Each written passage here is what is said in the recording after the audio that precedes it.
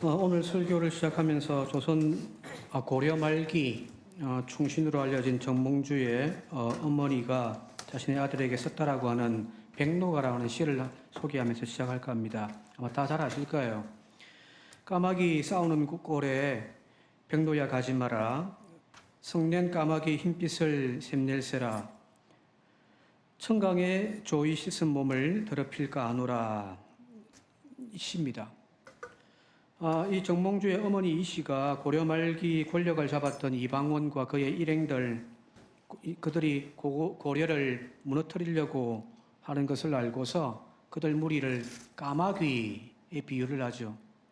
그리고 자신의 아들 정몽주, 그 고려를 지키려고 하는 정몽주에게 백로라고 하는 그런 이름을 붙여준 거예요. 자, 그러면서 이 시를 통해서 그 아들에게 보내주면서 뭐라고 지금 뜻을 전달하는 거냐면은 저 악한 까마귀 같은 무리들과 함께 어울리지 말라는 거예요. 그들과 함께 하지 말라. 너는 너희의 지조를 지키라는 거잖아요. 그죠? 먹을 가까이 하면 검어진다라고 하는 금묵자흑, 그 말처럼 나쁜 사람과 가까이 하면 나쁜 버릇, 나쁜 삶, 행동 물들 수밖에 없는 거잖아요. 저도 딸 하나밖에 없습니다만은 늘 당부합니다. 주변에 좋은 친구 만나라. 그래서 이전에 한번 혼을 낸 적이 있는데, 그래서 벌로 뭘 주었냐면 시편 1편을 30번 적으라고 이야기를 했습니다. 우리가 잘 알고 있는 시편 1편 1절만 같이 한번 읽어보도록 할게요. 1절입니다. 함께 읽겠습니다. 시작. 복 있는 사람은 악인의 길을 따르지 아니하며 죄인들의 길에 서지 아니하며 오만한 자들의 자리에 앉지 아니하고. 그죠? 이 이야기가 지금 보면은 앞서 이야기했던 정몽주의 어머니가 적었던 백로가와 비슷하잖아요. 까마귀 노는 곳에, 까마귀 싸우는 곳에 너 가지 마, 백로야. 그죠? 여기 시편 1편은 단순하게 시편이 총 150편이 되어지는데 그 150편 중에 하나가 아니에요. 가장 먼저 배치되어져 있는 1편에 있는 이 시편 1편은 사실은 나머지 149편의 시편의 노래를 구설이라고 이야기한다면은 그걸 꿰는 실과 같은 시입니다. 그냥 제일 앞에 나와 있는 게 아니라는 이야기예요.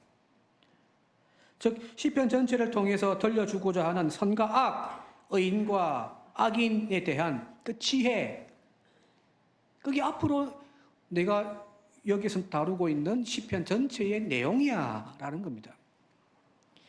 하나님이 복 주시고 품어주시는 의로운 인생이란 거짓되고 악한 뜻을 품고 있는 그런 사람들, 그런 악인들과 구별되어지고 분리되어지는 삶을 살아가야 한다는 겁니다.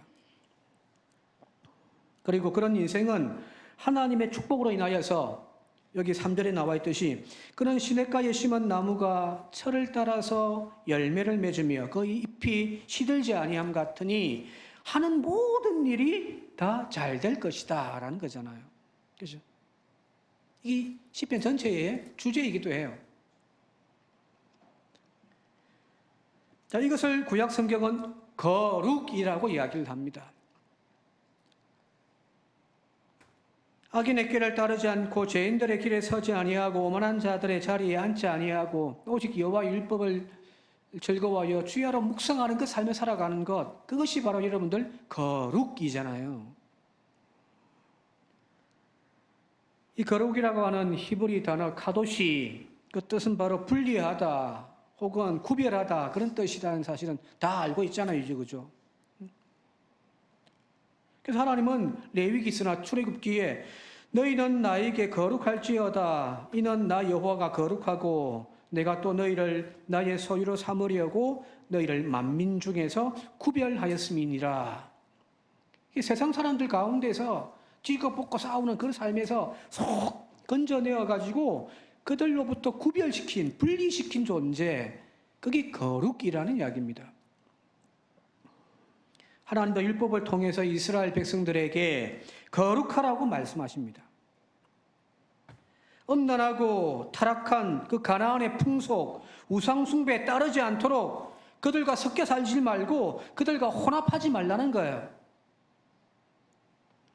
마치 정봉주의 어머니가 까마귀 싸우는 곳에 백로야 가지 마라, 깨끗이 씻은 몸을 더럽힐까 하노라 하는 그 당부와 똑같이 하나님은 이스라엘 백성들에게 이 율법을 통하여, 구약 성경을 통하여 이스라엘 백성들에게 지금 당부하고 계신 거거든요. 이처럼 구약의 기준대로 한다고 한다면 누가 백로인지, 즉 의인인지, 누가 까마귀인지, 죄인인지가 명확하게 알 수 있잖아요. 그죠? 그죠? 하나님 말씀하신 그것대로 하라는 것은 하고 하지 말라는 것은 하지 않는, 부정한 것들을 멀리하고 하나님과 가까이 하는 삶, 그것이 바로 신앙의 척도였다는 말이에요. 안식일 거룩하게 지켜라. 그래서 안식일은 아무것도 하지 않고 오직 하나님 앞에 나와서 예배하는 삶. 부정한 것들과 접촉하지 말라. 그러면 부정하여지니라 하니까 시신도 혹은 여러 가지 부정한 것들도 가까이 하지 않는 것. 거기 의인이었고 그것이 거룩함이었다는 겁니다. 이런 구약의 신앙의 논리를 받아들인 오늘 한국 교회가 그래서 기도 생활 열심히 하고 교회 출석 잘하고 교회 봉사 누구보다도 적극적으로 참여하는 것을 우리는 좋은 신앙이라고 생각하고 있잖아요. 그죠? 이제 다음 달이면 장로 피태 갈 건데 여러분들 기준은 뭐예요? 신앙 좋은 일꾼 뽑아야 될 거 아니에요. 그죠? 그죠? 그러면 우리는 이런 기준에 산단 말이에요. 주일 안 빠지고 얼마나 예배 잘 참석했는가, 얼마나 봉사 열심히 하고 있는가, 얼마나 기도 생활, 말씀 생활 열심히 하는가. 그죠? 이 기준을 잣대 삼아서 거룩함을 논하다 보니까 설교할 때에도 대부분의 목사님들 설교 보면 기도 열심히 하십시오. 말씀 열심히 읽으십시오. 전도 열심히 하십시오. 교회 봉사 충성 열심히 하십시오. 교회 열심히 나오라고만 강조하고 있잖아요. 그죠? 왜? 거기 신앙의 척도라고 생각하니까. 물론 이런 신앙이 잘못되었거나 문제가 있는 것은 아니에요. 그럼 열심히 있으면 좋죠. 그죠? 학생이 공부 안 하고 놀러 다니는 것보다 책상머리에 앉아가지고 막 공부하든 안 하든 그냥 뭐 공부하는 척이라도 하고 있으면 그게 좋은 거 아닌가요? 그죠? 이렇게 애쓰고 몸부림쳐야 우리 안에 죄성으로부터 우리가 나름대로 그래도 좀 더 멀어질 수 있으니까요. 그러나 여기까지만 머물러 있으면 그런 신앙을 우리는 율법주의라고 이야기를 합니다. 이 율법주의의 신앙의 문제점은 무엇이냐면은 그 중심과 의도와는 상관없어요. 단지 그것을 행하는 행위에 따라서 자신의 믿음을 평가해 버리는 거잖아요. 어떤 의도로 열심히 하는지 따지지 않습니다. 그냥 열심히 하는 그 자체가 중요하게 여기는 거잖아요. 쉽게 이야기하면 정치인이 선거철만 되면은 표 받기 위해서 교회 열심히 나온다고 한번 생각해 보십시오. 교회 나와서 또 주차 봉사도 하고, 그죠? 식당에 내려가서 또 식당 봉사도 열심히 한다 생각해 보십시오. 행위 자체로만 보게 되어지면은 주일 빠지지 않죠. 봉사 열심히 하죠. 신앙이 좋아 보인단 말이에요. 근데 그 의도가 뭐예요? 표 받기 위해서란 말이에요. 그런 신앙을 우리는 좋은 신앙이라고 이야기할 수 있겠습니까?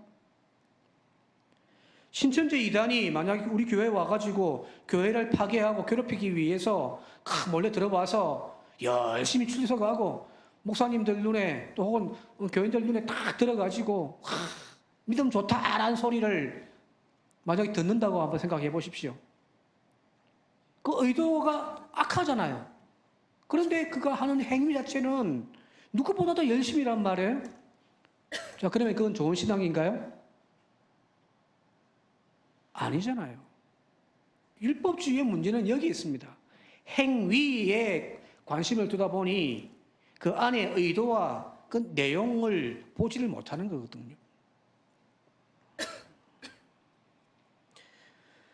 구약시대가 이제 지나가고 신약시대로 넘어오면서 그 거룩함이라고 하는 개념이 앞서 이야기 구약시대에는 하나님의 율법의 말씀을 그대로 지켜 행하고 하나님이 말씀하시는 부정한 것, 악한 것들과는 거리를 두고 구별되어진 삶을 사는 것, 그걸 거룩이라고 했다고 한다면은 이 거룩이라는 개념을 신약 시대에 와서는 그 예수님, 신약의 가장 중심이잖아요, 그죠? 그 예수님께서 이 거룩이라는 단어를 다르게 해석하기 시작했습니다. 예수님은 제자들과 무리들에게 까마귀 노는 곳에 야 이 백로들아 가지 말라고 교훈하지 않았습니다. 너희들의 거룩함을 유지하기 위하여 저 속되고 부정한 것들과 멀리해야 돼 라고 하는 구약의 가르침을 따르지 않았습니다. 이런 교훈은 오히려 예수님과 배척점에 서 있던 바리새인들, 서기관들이 그렇게 강조하고 그렇게 주장한 거죠. 예수님은 오히려 그 까마귀 무리 속에 너희가 뛰어 들어가서 그 속에서 하나님 나라를 세워가라고 말씀하고 계시거든요. 저 구약이 세상의 속됨을 멀리함으로 자신의 깨끗함, 자신의 힘을 유지하는 것이 거룩이라고 강조했다고 한다면은 예수님은 참된 경건이란 오히려 그 속됨의 자리에 들어가서 그 더러움을 나의 온 몸으로 닦아내는 것을 경건 혹은 거룩함이라고 말씀하고 계십니다. 구약과 신약의 큰 변곡점은 바로 여기 있습니다. 따라서 마태복음 이제 5장, 6장, 7장까지가 산상수훈인데요. 그 산상수훈의 제일 마지막에 산상수훈은 예수님이 천국 복음에 대해서 쫙 설교하신 내용이 길게 나오잖아요. 그죠? 새로운 시대에 대한 윤리, 도덕을 쫙 말씀하고 계시단 말이에요.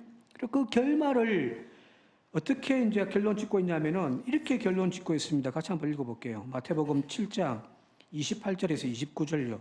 같이 읽겠습니다. 시작. 예수께서 이 말씀을 마치심에 무리들이 그의 가르치심에 놀라니 이는 그 가르치시는 것이 권위 있는 자와 같고 그들의 서기관과 같지 아니함이러라 하는 겁니다. 예수님이 지금 새로운 복음을 하나님 나라의 복음을 쫙 설파하는데 그걸 들었던 사람들이 깜짝 놀라는 거예요. 왜?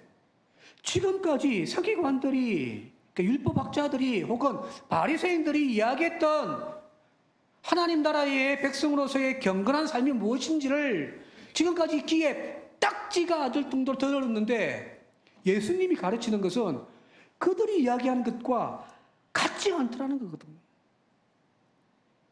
오히려 반대되기도 하단 말이에요. 거룩이라는 개념을 새롭게 해석하고 적용하는 그 예수님의 가르침, 그 삶을 가장 잘 표현해 놓은 것이 무엇일까 한다면 저는 요한복음 1장 14절이라고 저는 생각합니다. 한번 같이 읽어볼게요. 시작. 말씀이 육신이 되어 우리 가운데 거하심에 여기까지만 읽으면 돼요. 뒤에 안 읽어도 돼요. 다 아닌 거니까.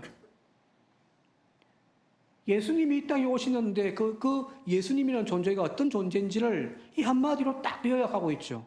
말씀이 육신이 되어서 우리 가운데 거하시는 분이라는 겁니다. 이 말씀이 육신이 되었다라고 하는 이 말이 여러분들 간단한 말이 아니에요. 사실은 이 당시로 따지고 본다고 한다면 굉장한 논란거리예요. 자, 로고스, 하나님의 말씀.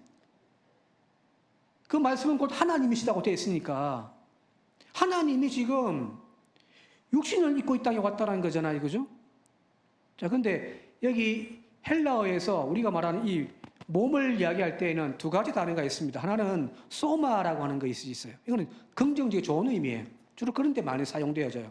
이때 말하는 소마는 우리의 육신과 하나님이 불어넣어 주신 하나님의 영, 그리고 올바른 정신까지 함께 하여 있는 존재를 소마라고 이야기를 합니다. 연과 혼과 몸, 이것이 함께 있는 존재를 소마라고 이야기를 해요. 그런데 여기에 지금 말씀이 로고스가 육신을 입었다라고 되어 있는데 이 육신은 이 소마가 아니에요. 사르크스라는 단어를 사용하고 있습니다. 사르크스. 이 사르크스란 뭐냐면은 쉽게 이야기하면 부정적이에요. 창세기 6장 3절에 하나님이 창조해 놓은 그 인간들이 생각마다 하는 일마다 다 하나님과 멀어지고 타락하여 악해져 가고 있단 말이에요. 그래서 하나님이 그 악해져 가고 있는 인간을 향하여서 나의 영이 영원히 그들과 함께하지 아니하리라고 하셔서 그냥 육신만 남아있는 존재, 죄악으로 가득 차 있는 타락한 그 육체, 그걸 사르크스라고 하는 거예요. 자, 개념이 완전 다르잖아요. 로고스, 즉 가장 완전하고 거룩한, 그래서 하나님을 향하여 거룩을 이야기할 때는 거룩, 거룩, 거룩 3번 이야기합니다. 완전한 거룩함이거든요. 그 하나님이, 그 말씀이 하나님이 창조해 놓으신 창조물 중에서 가장 악한 존재들, 가장 사악한 그 육체 가운데 오셨다는 거예요.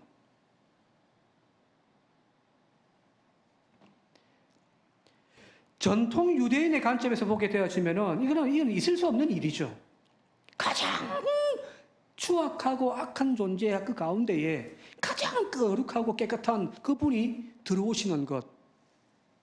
오히려 구약 율법은 그 악함에서부터 구별되어지고 멀어져 가고 분리되는 것을 거룩이라고 이야기를 하는데, 하나님은 그 하나님이 사르크스 인간의 나약하고 죄 많은 육신을 입고 오셨다. 이 말은 혁명과 같은 겁니다. 요한복음의 이 고백은 단순하게 신학적이고 논리적이고 형이상학적이고 철학적인 그런 교리가 아니에요.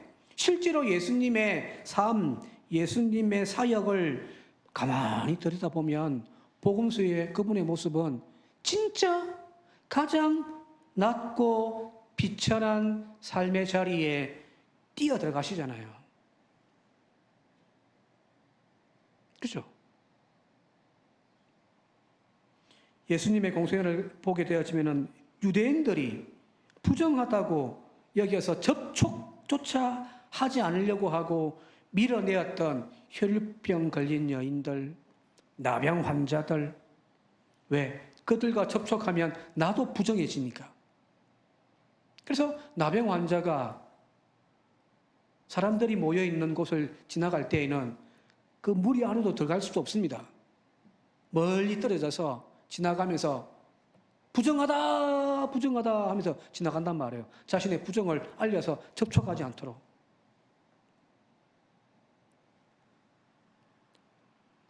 그런데 예수님은 뭐예요?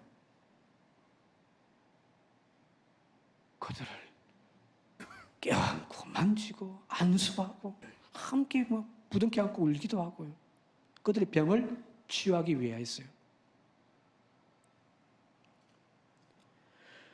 예수님을 향하여 많은 사람들이 먹기를 탐하고 포도주를 즐기는 사람, 세리와 죄인들의 친구라고 하는 그런 세상의 평이 예수님에게 꼬리표처럼 달려있더라는 거예요. 당시에 가장 온전하게 의인처럼 추앙받던 종교 지도자들이나 바리새인들은 철저하게 거부하고 배척하고 멀리했던 그 존재들을 예수님은 오히려 가장 가까이 다가가서 그들의 편에 서 주시기도 하고 그들과 함께 하시더라는 거예요. 그러니 이 당시에 바리새인들과 종교 지도자의 눈에 예수님이 얼마나 싫었겠습니까? 저 정신 나간 놈, 저 미친 놈. 그런데 또 그가 하는 말이 하나님 나라가 이들 가운데 있다고 이야기를 하고 나중된 자가 먼저 된다고 하면서 이들이 하나님 나라의 천국의 주인공이라고 이야기를 하고 있으니 얼마나 미웠겠습니까? 이런 예수님의 삶은 마치 더러운 세상을 닦아서 깨끗하게 하는 걸레와 같지 않습니까? 청소 자주 하시죠? 집에 청소 자주 하시죠? 신방을 가봐야 되겠네요. 집을 깨끗하게 하기 위해서 오물이 있는 곳에 걸레로 싹싹 닦잖아요, 그죠?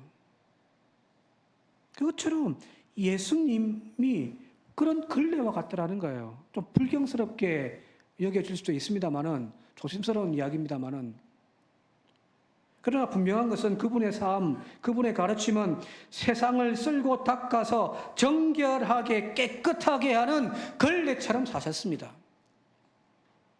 또 우리 보고 이 악한 세상을, 이 부정한 세상을 닦아서 하나님 나라 만들라고, 우리에게 걸레처럼 살라고 주님은 말씀하고 계신 거거든요.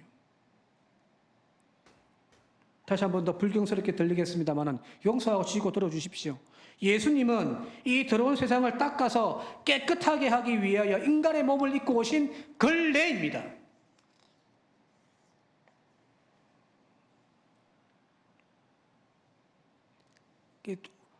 예수님을 걸레라고 이야기하면 쓰레기라고 이야기하는 것이 아니에요.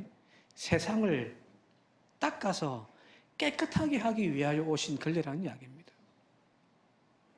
그리고 그분을 믿고 따르는 우리 모두가 바로 이 더럽고 부정하고 악한 세상을 정결하게 하기 위하여 부르신 걸레들이 여기 있습니다. 문제는 이 사명을 부여받은 걸레가 백조가 되기를 꿈꾸고 있는 거죠. 희고 깨끗한 수건이 되어야 된다라고만 이야기를 하고 있단 말이에요. 그러니 안타까움이죠. 나의 깨끗함이 자랑이 될 수는 있는데, 교회가 깨끗함이 자랑이 될 수가 있는데, 세상은 저렇게 오물로 더러움으로 더럽혀 가고 있는데, 그게 우리의 자랑거리는 아니라는 이야기입니다. 제 이야기만이 아니에요. 설교를 준비해 놓고 이제 예화 좀 찾아보다가 발견한 책이 있습니다. 걸레질하는 예수라고 하는 책이에요. 걸레질하는 예수. 감리교의 목사님인데 최희동이라는 목사님이 40대, 그러니까 한 20년 전에 돌아가신 분이에요. 교통사고로. 이분의 책에서 비슷한 이야기를 하더라고요. 그래서 이제 오늘 좀 소개하려고 하는데, 이 책에 보게 되어지면은 십자가와 걸레라고 하는 그 한 챕터가 있는데, 거기에 보니까 이런 내용들이 나와 있습니다. 하루는 이 저자가 걸레질을 집안 청소를 하다가 이제 걸레와 대화를 하는 거예요. 제가 윗부분을 읽을게요. 여러분들이 노란색을 읽어주세요. 어느 날 걸레에게 말을 걸었다. 걸레야, 넌 참 대단하다. 넌 어떻게 네 몸으로 그렇게 더러운 곳을 구석구석 닦을 수 있니? 나는 더러운 곳이나 오물이 많아 냄새나는 곳이면 코를 막고 돌아서는데 너는 참 대단하다. 자, 읽어주세요. 시작. 내 몸이 지나간 곳은 짝짝짝 칭찬하고 윤기나고 아름다워졌잖아. 그래서 난 걸레로 사는 게 보람이 있어. 너도 한번 나처럼 살아봐. 내 스승 예수님도 그렇게 살았잖아. 걸레가 그렇게 이야기를 하는 게 마지막 구절에 네 스승 예수님도 그렇게 살았잖아라고 하는 걸레가 이야기를 하기에 이 이제 저자가 깜짝 놀란 거예요. 예수님이 걸레처럼 살았다고? 하면서 이제 묵상하는 내용들이에요. 그리고 이제 마지막 이 책의 결론을 이렇게 이제 이야기를 하는 거예요. 제가 읽어드릴게요. 예수 그리스도는 이 세상에 걸레로 오셨다. 죄 많고 더러운 마음을 가진 우리 인간 세상에 오셔서 하늘의 말씀으로 우리를 닦아주시고 병들고 힘없는 이들을 다시 세우시고 마침내 십자가를 친히 지심으로 우리에게도 걸레와 같은 삶을 살아 이 세상을 아름다운 하나님 나라로 가꾸라고 말씀하신다. 이런 설교 준비하고 있다가 또 보니까 제가 똑같은 거야. 저하고 수준이 비슷한 사람입니다. 빨리 갔어요. 근데 보니까 이분이 젊은 나이 40대에 돌아가셨는데 보니까 그 감리교 목사님인데 주변에 목사님들이 다 그를 추모하기 위해서 모임도 가지고 있더라고요. 저도 처음 들어본 목사님입니다. 보통 우리는 걸레하면 더럽게 여기잖아요. 얼마 전에 인터넷에 하나 올라온 게 여수의 호텔에 갔는데 호텔에서 나온 수건이 보니까 걸레라고 해가지고 그걸 인터넷에 올려가지고 난리가 났단 말이에요.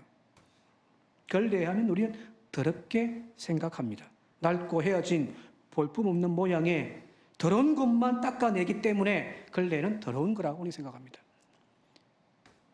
여러분들이 세수하고 나왔는데 걸레를 딱 제가 건네주면은 욕을 날 거 아니에요. 그죠? 그래서 우리는 사람들이 말이나 행동이 참 부끄럽고 못난 인간들을 보고 우리는 뭐라고 표현하냐면 걸레 같은 놈이라고 우리는 이야기를 합니다. 그러나 걸레는 자신의 몸을 더럽혀서 지저분한 마루를 깨끗하게 하고요. 흐리고 때 묻은 유리창을 밝게 닦아내고요. 똥 오줌 묻은 그곳까지도 닦아내어서 깨끗하게 만드는 역할을 한다고 할 때에 걸레가 왜 더럽습니까? 세상이 더러운 거지. 정연복이라고 하는 목사님인데 이분도 감리교 출신입니다. 보니까 걸레의 기도라고 하는 시를 제가 한번 읽어드릴게요. 주님, 당신께서는 저를 참 신비한 존재로 지으셨어요. 제가 더러워지는 만큼 세상의 때가 씻어지니 말입니다. 세상 죄를 짊어지고 가는 어린 양 예수같이 저는 태어나 죽을 때까지 세상의 더러움을 온몸으로 품어요. 오 주님, 하지만 당신께서는 알고 계실 줄 믿어요.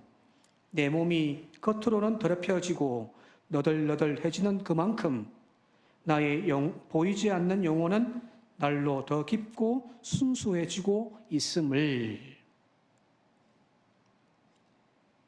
우리도 이렇게 살았으면 좋겠습니다. 그죠? 걸레처럼만 산다고 한다면 얼마나 좋겠습니까? 자, 그런데 세상을 닦아내는 이 걸레가 된다라고 하는 것이 참 아름다워 보이기도 하지만 또 한편에서는 그건 정말 신앙인으로서 인격으로 살아가는 사람으로서 무서운 일이에요. 왜 그러냐면 걸레가 더러운 마룻바닥을 한번 싹 스쳐 지나가면은 분명히 그 마룻바닥은 깨끗해질 거예요. 그러나 걸레가 자기 스스로를 계속해서 빨고 씻지 아니하면 오히려 그 씻는 것을 게을리하면 걸레는 쓰레기가 됩니다. 그 오물 묻은 걸레가 또 세상을 닦게 되어지면은 오히려 세상이 오염되어지는 법이거든요. 왜 하나님의 생명과 진리를 담보한 교회가 시간이 지나면서 오히려 이렇게 세상을 어지럽히는가? 오늘날의 우리의 현실의 물음들, 그죠? 어떻게 교회가 저렇지? 왜 어떻게 교회 때문에 더 세상이 혼란스럽지? 우리는 그렇게 물음을 던지잖아요. 그 답이 여기 있는 거예요. 아무리 하나님이 세우신 교회라고 할지라도, 그리고 하나님이 세우신 사역자, 종이라고 할지라도 스스로를 늘 씻어내는 끊임없는 노력을 하지 않는 이상 세상을 밝히고 정화하는 능력을 상실할 수밖에 없을 뿐 아니라 오히려 세상을 더 오물로 더럽히는 쓰레기가 되는 법입니다.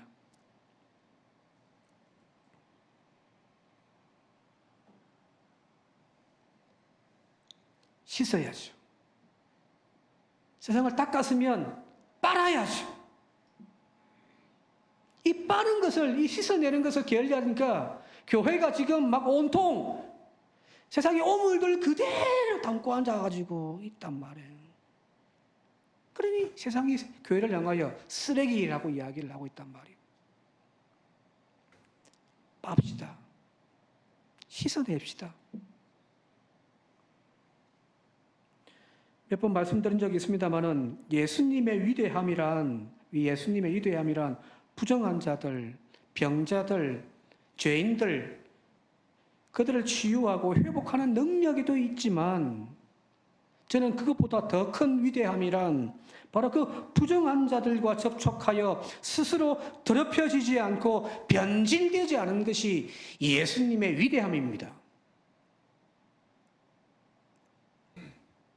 수없이 많은 사람들이, 위인들이 가장 낮은 자리, 비천한 자리에 찾아가는 사람들 많아요. 우리 주변에도요. 그죠?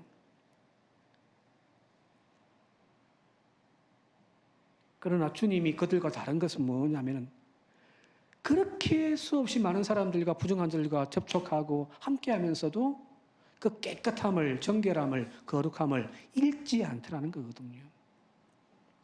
주님은 수없이 많은 율법이 정한 부정한 자들과 접촉하면서 그들의 병을 고쳐주기 위하여 안수하시기도까지 하면서도 불구하고 그들을 치유하시면서 예수님은 부정해지지 않더라는 겁니다. 세상 사람들이 손가락질 하던 그 죄인들, 세리들과 늘 가까이 했잖아요. 오죽하면 예수님의 별명이 세리와 죄인들의 친구, 먹고 마시기를 탐하는 자라고 하는 별명까지 붙었겠습니까? 그런데 그 죄인들과 세리들과 함께하면서 그들의 잘못되어지고 악함을 치유하고 회복하여 하나님 나라 백성 되게 하시면서 오히려 그들의 악함에 물들지 않더라는 거거든요. 이것이 바로 진정한 경건의 능력입니다.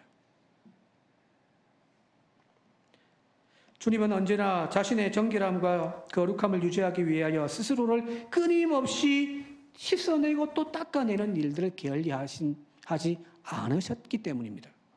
그분이 뭐 신적인 존재, 하나님의 아들이었기 때문에 물론 그것도 맞겠지만 그가 신적인 하나님의 아들, 그 세상의 오물 가운데도 더럽혀지지 않았던 이유는 무엇이냐면은 우리보다 비교할 수 없을 만큼 스스로를 끊임없이 씻고 또 씻었기 때문입니다. 성경 복음서 읽다 보면 예수님이 기도하셨다는 이야기를 많이 보잖아요. 그죠? 그 기도에서 무엇을 하나님께 아뢰었을까요? 예수님의 기도의 핵심은 바로 겟세마네 기도가 아닐까 싶습니다. 내 아버지, 만일 할 수 있거든 이 잔을 내게서 지나가게 하옵소서. 그러나 나의 원대로 마시옵고 아버지의 뜻대로 되기를 원하나이다. 올라오는 자기의 그 욕망들, 인간의 나약함들, 두려움들, 안일함들 늘 기도하면서 또 잘라내고 또 깎아내고 또 씻어내는 그게 주님이셨습니다.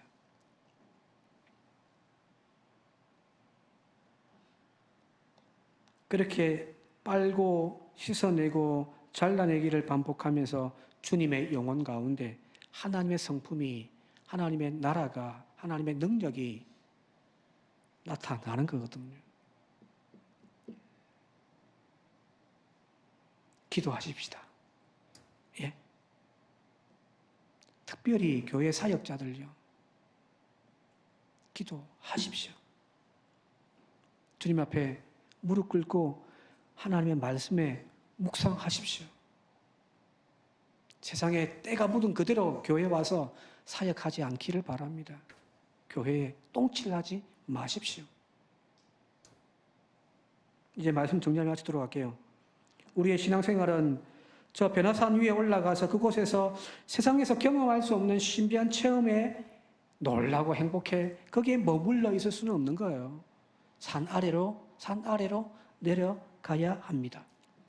저 산 아래에서 눈물 흘리고 상처받고 아파하는 이들을 치유하고 닦아내기 위한 걸레가 되어져야 합니다. 그런 교회, 그런 성도 되어질 수 있길 바랍니다.